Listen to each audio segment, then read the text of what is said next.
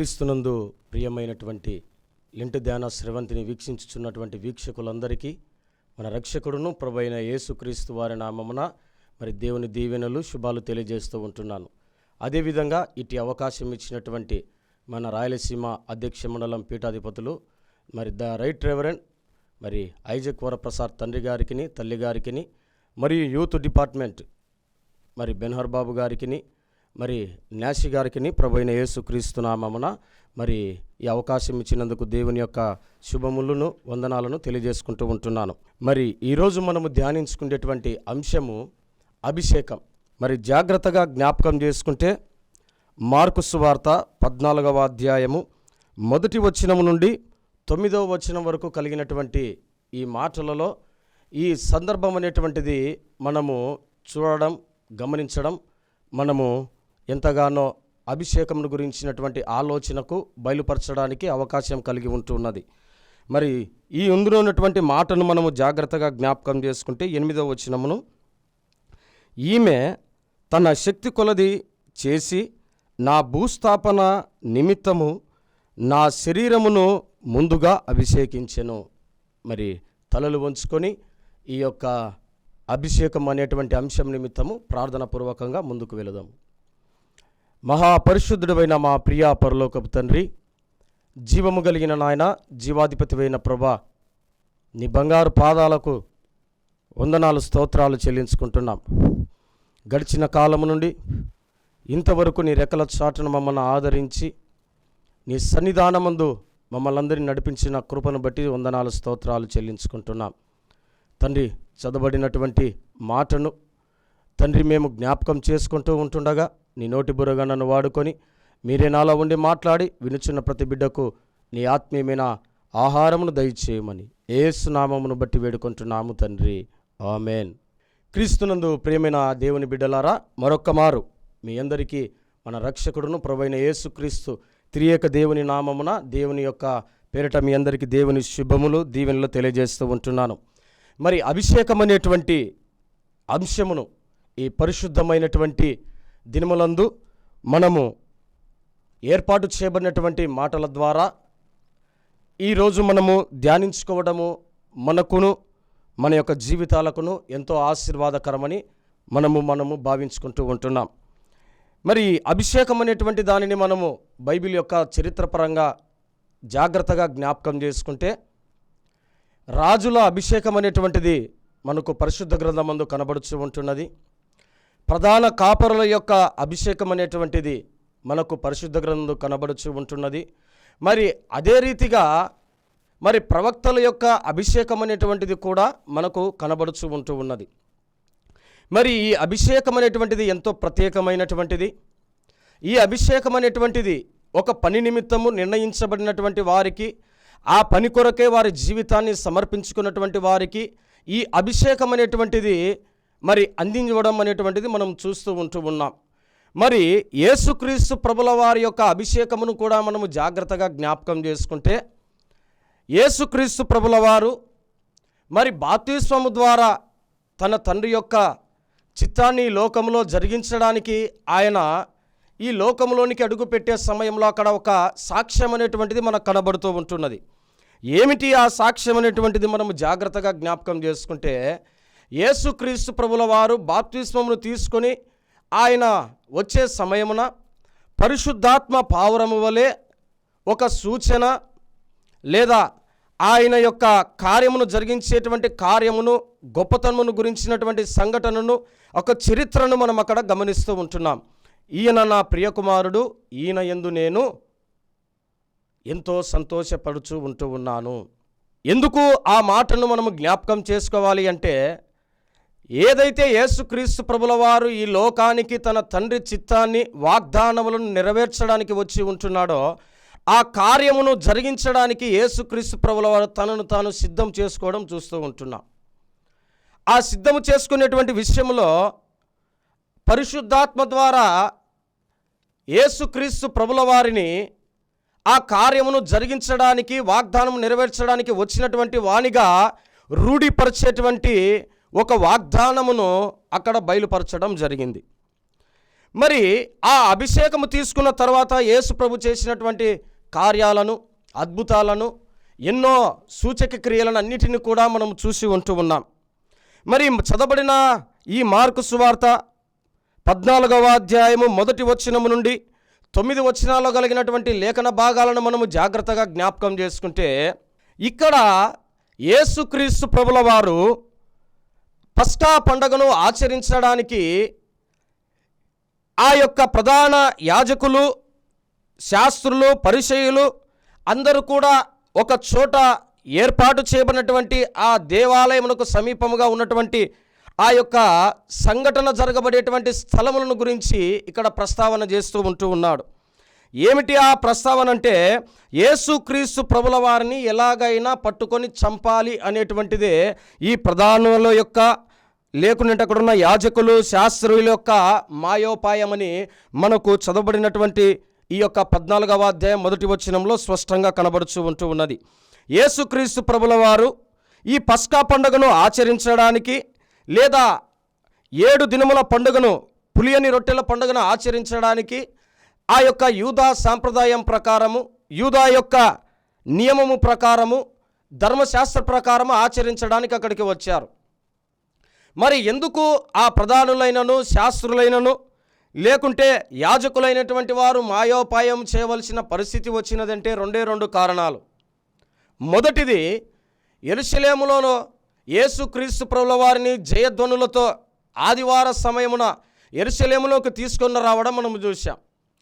ఆ జరగబడినటువంటి సంఘటనలో కొంతమంది శాస్త్రులు ఆయన దగ్గరికి వెళ్ళి యేసు ప్రభుల వారికి చెప్తూ ఉన్నారయ్యా, ఎందుకు ఇలా కేకలు వేస్తూ ఉన్నారు, వీరిని మౌనంగా ఉండమని చెప్పారు. దాని అర్థాన్ని మనం జాగ్రత్తగా జ్ఞాపకం చేసుకుంటే, ఎన్నో సంవత్సరాల నుండి మోసే ధర్మశాస్త్ర ప్రకారము, ఇశ్రాయేలుల వాడుక ప్రకారము మేము ప్రధానులుగాను, యాజకులుగాను, శాస్త్రులుగాను దేవాలయంలో ఇంతగా మేము పని చేస్తూ ఉన్నప్పటికీ ఏ రోజు కూడా మాకు ఇలాంటి ఆ యొక్క సంఘటన జరగలేదు. కానీ యేసుక్రీస్తుకు ఆ రీతిగా ఆయనను గొప్ప చేసుకుంటూ, ఆయన చేసినటువంటి కీర్తులను, ఆయన చేసినటువంటి అద్భుతాలను కొనియాడుచు యెరూషలేములకు తీసుకొని రాగానే వారిలో ఒక చింత, ఒక భయము, ఒక ఆందోళన ప్రారంభమైంది. దానిలో ఉన్నటువంటి మొదటి సందర్భాన్ని మనం చూస్తే, ఈ కార్యము ఎందుకంత గొప్పగా జరిగిందంటే, చనిపోయిన లాజరును పైకి లేపినటువంటి యేసుక్రీస్తు ప్రభుల వారు ఆ లాజరు లేచి ప్రజలందరికీ సాక్ష్యముగా, సజీవముగా అందరికీ కనబడుచున్న సమయమున ఇంకా యేసుక్రీస్తు వారి యొక్క పేరు ఇశ్రాయేలీయుల ప్రాంతములన్నిటిలో కూడా ప్రబలముగా మరి ప్రకటించబడుచూ ఉంటూ ఉన్నది. అందుకనే వారికి మాయోపాయం చేత, ఎందుకు ఆ మాయోపాయ చేతం అంటే, యోహాను సువార్త 12వ అధ్యాయం 10-11 వచనాలు చూస్తే, యేసు ప్రభు వారితో పాటు లాజరును కూడా చంపాలి అనే ఆలోచన ఈ ఇశ్రాయేలీయుల యాజకులకు, ప్రధానులకు ప్రారంభమైంది. ఎందుకంటే యేసుక్రీస్తు ప్రభుల వారికి సాక్ష్యంగా లాజరు బ్రతికి ఉన్నంత కాలము యేసుక్రీస్తు ప్రభుల వారి పేరు గణపరచబడుతుంది. అలాంటి సమయంలో యేసుక్రీస్తు ప్రభుల వారిని అనేక మంది వెంబడిస్తారు. కనుక వారికి కలిగినటువంటి భయము చేత, వారికి కలిగినటువంటి ఆందోళన చేత ఏం చేశారంటే, ఏ రీతిగా అయినా యేసుక్రీస్తు ప్రభుల వారిని చంపాలి అనేటువంటి ఆలోచన కలిగి ఉన్నారు. ఆ ఆలోచన కలిగినటువంటి సమయంలో అక్కడ జరగబడినటువంటి సంఘటనను మనము చూస్తే 2వ వచనములో, ప్రజలలో అల్లరి కలుగునేమో అని పండుగలో వద్దని చెప్పుకొనిరి. చంపాలనుకున్నది వారే. తిరిగి ఇంత ప్రజలలో ఈ యొక్క పండుగలను ఎక్కడెక్కడున్నటువంటి ఇశ్రాయేలుల వంశంలో పుట్టినటువంటి, గోత్రంలో పుట్టిన ప్రతి వారు కూడా ఈ యొక్క పస్కా పండుగను కానీ, వారముల పండుగను కానీ ఆచరించడానికి అందరిక్కడ గుమిగూడుతారు. ఈ యొక్క సందర్భములో సజీవముగా, సాక్ష్యముగా ఉన్నటువంటి లాజరు కూడా కనబడుతూ ఉంటున్నాడు. ఒకవేళ యేసు ప్రభుల వారిని మనం ఏదైనా పట్టుకొని చేస్తే అది పూర్తిగా మనకే ఆటంకంగా, ఇబ్బందికరంగా మార్చబడుతుందేమోనని వారక్కడ తగ్గించుకోవడం మనం చూస్తూ ఉంటూ ఉన్నాం. అదే రీతిగా యేసు ప్రభుల వారిని మనము చూస్తే, ఆయన బేతనియాలో ఉన్నటువంటి కుష్ఠరోగి అయిన సీమోను ఇంటిలోనికి భోజనమునకు కూర్చొని ఉన్నాడు. ఒక స్త్రీ మిక్కిలి విలువ గల అతడి జటమాంసిని, అత్తరబుడ్డిని తీసుకొని వచ్చి యేసు ప్రభుల వారి యొద్దకు వచ్చింది. యేసు ప్రభుల వారి యొద్దకు రాగానే ఆ స్త్రీ ఆ అత్తరు బుడ్డిని పగలగొట్టి యేసు ప్రభుల వారు కూర్చొని ఉన్న సమయమున యేసు ప్రభుల వారి తల మీద పోసినటువంటి సమయమందు అది ఆ యేసు ప్రభుల వారి యొక్క శరీరమునంతటిని తాకుతూ అతని యొక్క పాదముల యొద్ద కూడా ఆ యొక్క అత్తరును పోయడం మనం చూస్తూ ఉన్నాం. ఆ అత్తరును పోయగానే ఒక సంఘటనను మనం అక్కడ జాగ్రత్తగా జ్ఞాపకం చేసుకోవాలి. ఎంతో విలువైనటువంటి అత్తరు, సువాసన భరితమైనటువంటి అత్తరు, అది కేవలము దాని స్థాయి తగినటువంటి వారికి ఇచ్చేటువంటి అత్తరు. మరి అలాంటి అత్తరును తీసుకొని వచ్చి యేసు ప్రభుల వారికి ఆ స్త్రీ ఆ యొక్క చరిత్రలో నిలబడేటువంటి సంఘటనను, అభిషేకించబడే సంఘటనను జరగగానే కొంతమందికి ఆ సంఘటన అర్థం కాలేదు. అందుకనే ఆమెను కోపపడుతూ ఉంటున్నారు. అంత విలువైనటువంటి అత్తరును మీరు తీసుకొని వచ్చి నేలపాలు చేస్తూ ఉంటున్నారు. అదే అత్తరును అమ్మి బీదలకు ఇచ్చిన ఎడల బీదలు సంతోషంగా ఉంటారు కదని ఆ స్త్రీపై కోపపడడం మనము చూస్తూ ఉన్నాం. అందుకనే యేసుక్రీస్తు ప్రభుల వారు ఆ సందర్భంలో మాట్లాడినటువంటి మాటను మనము జాగ్రత్తగా జ్ఞాపకం చేసుకుంటే 14వ అధ్యాయము 6వ వచనమును చూస్తే, అందుకు యేసు ఇట్లా నేను ఈమె జోలికి పోకుడి, ఈమెను ఎందుకు తొందర పెట్టుచున్నారు, ఈమె నా ఎడల మంచి కార్యము చేసెను. ఏంటి ఆ కార్యం అంటే, బీదలు ఎల్లప్పుడూ మీతోనే ఉన్నారు, మీకు ఇష్టమైనప్పుడెల్లా వారికి మేలు చేయవచ్చును, నేను ఎల్లప్పుడూ మీతో ఉండను. ఈమె తన శక్తి కొలది చేసి నా భూస్థాపన నిమిత్తము నా శరీరమును ముందుగా అభిషేకించెను. జాగ్రత్తగా గమనిస్తాం. ఈ అభిషేకాన్ని మనం ముందుగానే ఏ రీతిగా అభిషేకాలు ఉన్నాయో తెలుసుకున్నాం. కానీ ఈ స్త్రీ కూడా అభిషేకం చేసింది. ఈ అభిషేకం అనేటువంటి దానిని యేసుక్రీస్తు ప్రభుల వారు తెలపడానికి గల కారణాన్ని మనము జాగ్రత్తగా జ్ఞాపకం చేసుకుంటే, అభిషేకము తీసుకునేటువంటి వ్యక్తులు లేదా అభిషేకమును పొందుకునేటువంటి వారు ఒక కార్యము నిమిత్తము సిద్ధపాటు కలిగి తమను తాము సమర్పించుకునేటువంటి వారుగా ఉంటారు. రెండవది చూస్తే, ఆ అభిషేకమునిచ్చేటువంటి వారు అభిషేకము పొందుకున్న వారి కన్నా గొప్పవారై ఉండాలి. కానీ ఇక్కడ మనము జరగబడిన సంఘటనలో చూస్తే యేసుక్రీస్తు ప్రభుల వారు గొప్పవారి స్థానంలో ఉన్నాడు, అభిషేకాన్ని తీసుకునేటువంటి వారి స్థానంలో ఉన్నాడు. కానీ అభిషేకం ఇచ్చేటువంటి స్త్రీ మాత్రము ఉన్నతమైన స్థానంలో లేదు. కానీ ఆమె అభిషేకాన్ని, ఆమె ఇచ్చినటువంటి ఆ యొక్క తైల అభిషేకాన్ని యేసుక్రీస్తు ప్రభుల వారు అంగీకరించడానికి గల కారణాన్ని మనము జాగ్రత్తగా జ్ఞాపకం చేసుకుంటే, దేవునికి ఇచ్చేటువంటిది ఏదైనా హృదయంతో ఇవ్వడం మనం నేర్చుకోవాలి. దేవునికి ఇచ్చేటువంటిది ఏదైనా మనస్సును మనము దేవుడు అంగీకరించేటువంటి రీతిగా మనం ఇవ్వడం నేర్చుకోవాలి. ఆ స్త్రీ జీవితంలో ఏదైతే దేవుడు మరి ఆశీర్వాదకరముగా, దీవెనకరముగా మార్చి ఆ స్త్రీకి అనుగ్రహించబడిన జీవితమును బట్టి ఆమె జ్ఞాపకం చేసుకొని, జీవితం కంటే ఈ లోకములో, ఈ ప్రపంచంలో ఏది గొప్ప కాదు. ఆ జీవితాన్ని యేసుక్రీస్తు ప్రభుల వారు ఆమెకు తిరిగి ఇచ్చారు. ఆ ఇచ్చిన జీవితాన్ని ఆమె జ్ఞాపకం చేసుకుంటూ, ఆ ఇచ్చినటువంటి జీవితాన్ని ఆమె జ్ఞాపకం చేసుకున్నతో పాటు ఆమె కలిగి ఉన్నటువంటి మనస్సులో కలిగి ఉన్న ఆలోచనను ధైర్యముతో ప్రజలందరి ఎదుట ఎప్పుడైతే ఆమె ముందుకు వెళ్ళి ఆయన మీద ఆ అత్తరును పొయ్యాలని ఆశ కలిగి ఉంటున్నదో, అక్కడున్న మనుషుల గురించి ఆలోచన చేయలేదు, అక్కడ ఉన్నటువంటి ప్రధానుల గురించి ఆలోచన చేయలేదు. కేవలం తన మనసులో ఏదైతే యేసుక్రీస్తు ప్రభుల వారు నాకు ఒక ఆశీర్వాదకరమైన జీవితాన్ని ఇచ్చాడని మనసులో తలంచుకున్నదో, దానికి గుర్తుగా ఆమె విలువైనటువంటి ఆ తైలమును తీసుకొని వెళ్ళి ఆమెకు తెలియకుండానే ఆమె క్రీస్తు ప్రభుల వారిని అభిషేకించింది. మరి అంతటితో కాదు, కానీ ఆ మాట చెప్పగానే యేసుక్రీస్తు ప్రభుల వారు అంటున్నటువంటి మాటను మనము జ్ఞాపకం చేసుకుంటే, ఎన్నుకొనబడిన వారి కంటే ఇచ్చేటువంటి దానికంటే ఎన్నిక లేని వారు ఇచ్చేటువంటి ఆ సమర్పణ నిజంగా దేవుడు ఆశీర్వదించేటువంటిదిగా ఉంటూ ఉన్నది. దీన్ని మనము జాగ్రత్తగా జ్ఞాపకం చేసుకోవాలి. అంటే ఎన్నుకొనబడినటువంటి వారు, అది దేవుని పరిచర్య నిమిత్తము కావచ్చు, దేవుని యొక్క కాపరత్వము గురించి కావచ్చు, దేవుని యొక్క సంఘము గురించి కావచ్చు, మరి ఎన్నుకొనబడిన వారికంటే మరి ఎన్నిక లేని వారు దేవుని యొక్క ఆశీర్వాదమును పొందుకొని ఇచ్చేటువంటి ఆ జీవితపు యొక్క సమర్పణ అది ఎంతో ఉన్నతమైనటువంటిదిగా ఉన్నదని యేసుక్రీస్తు ప్రభుల వారు ఆ స్త్రీని గురించి కొనియాడుచూ ఉంటున్నాడు. అందుకనే మనము 9వ వచనంలో చూస్తే ఆ స్త్రీ గురించి, ఆమె చేసిన కార్యము గురించి, ఆమె చేసిన అభిషేకము గురించి యేసుక్రీస్తు ప్రభుల వారు ఒక వాగ్దానకరమైనటువంటి ఒక మాటను అక్కడున్న వారందరికీ తెలియజేస్తూ ఉంటున్నారు.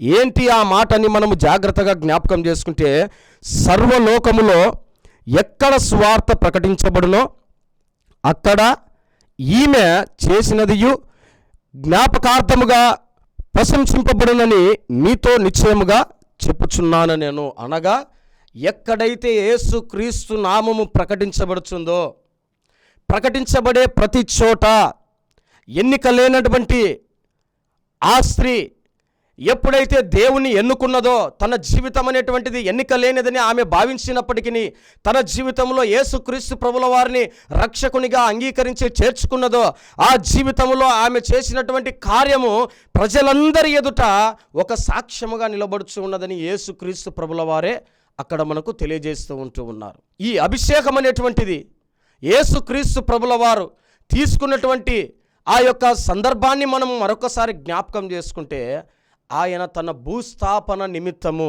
ఆయన తన మరణము నిమిత్తము, ఆయన తన యొక్క తండ్రి కార్యాన్ని జరిగించడము నిమిత్తము ఈ అభిషేకాన్ని నేను స్వీకరించబడుచు ఉన్నానని ఆయన బయలుపరచడం మనము చూస్తూ ఉంటూ ఉన్నాం.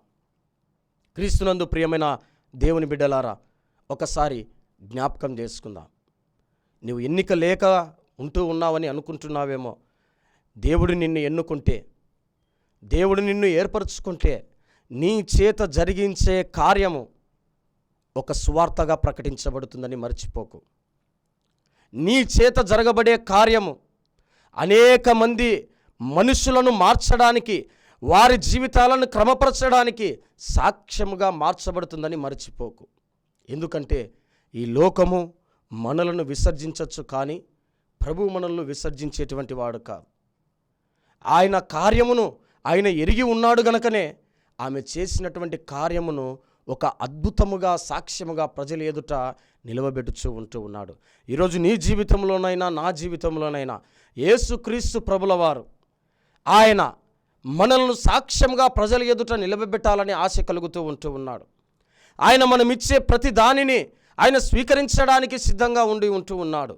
కానీ నీవు పరిపూర్ణమైన మనసు కలిగి, పరిపూర్ణమైన విశ్వాసము కలిగి, పరిపూర్ణమైనటువంటి త్యాగమును కలిగి దేవునికి నీ జీవితమును అప్పగించడానికి సిద్ధము కలిగి ఉన్నావా?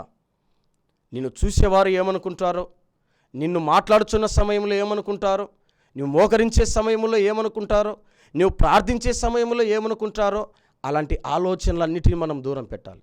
దేవుడు నిన్ను పిలుచుకుంటే ఈ లోకములో ఎంతమంది ఉన్ననో దేవుని పిలుపు నీ చింతకు చేరుతుంది. ఆయన చేసే ప్రతి కార్యం నీ జీవితంలో నెరవేర్చబడుతుంది. మరి అలాంటి అభిషేకమును పొందుకున్నటువంటి యేసుక్రీస్తు ప్రభుల వారు తృణీకరించని అభిషేకముగా మనం పరిశుద్ధ గ్రంథమందు ఒక సాక్ష్యముగా ఆ స్త్రీ ఇచ్చినటువంటి ఆ తైలాభిషేకమును మనం చూస్తూ ఉంటున్నాం. రాజుల కొరకు ఇచ్చినటువంటి అభిషేకమును చూశాం, ప్రధానుల కొరకు ఇచ్చినటువంటి అభిషేకమును చూశాం, మరి ప్రవక్తల కొరకు ఇచ్చినటువంటి అభిషేకమును చూశాం. కానీ యేసుక్రీస్తు ప్రభుల వారి యొక్క మరణమును కొరకు కూడా ఆ స్త్రీ చేసినటువంటి అభిషేకము మరి పరిశుద్ధ గ్రంథమందు కొనియాడబడేటువంటిదిగా ఉంటున్నది. అందుకనే ఎన్నుకొనబడిన వారి కంటే ఎన్నిక లేని వారు చేసేటువంటి, మనసు పెట్టి చేసేటువంటి, లేదా ఆయనను ఆహ్వానించి తమ హృదయములో నింపుకొని చేసేటువంటి ఆ కార్యము ప్రజల ఎదుట, సంఘము ఎదుట సాక్ష్యముగా నిలవబడేటువంటిదిగా ఉంటూ ఉన్నది. మరి ఈ సమయంలో నీ జీవితము, నా జీవితము దేవుని యొక్క సన్నిధిలో సాక్ష్యముగా నిలబడుచున్నదా లేదా? ఆయన అభిషేకమును పొందుకొని ప్రజలందరి ఎదుట సాక్ష్యముగా నిలవబెట్టినటువంటి జీవితముగా మన జీవితం ఉంటున్నదా లేదా? ఒకసారి మనల్ని మనము పరిశీలించుకుందాం. మన జీవితాలను మనము కట్టుకుందాము.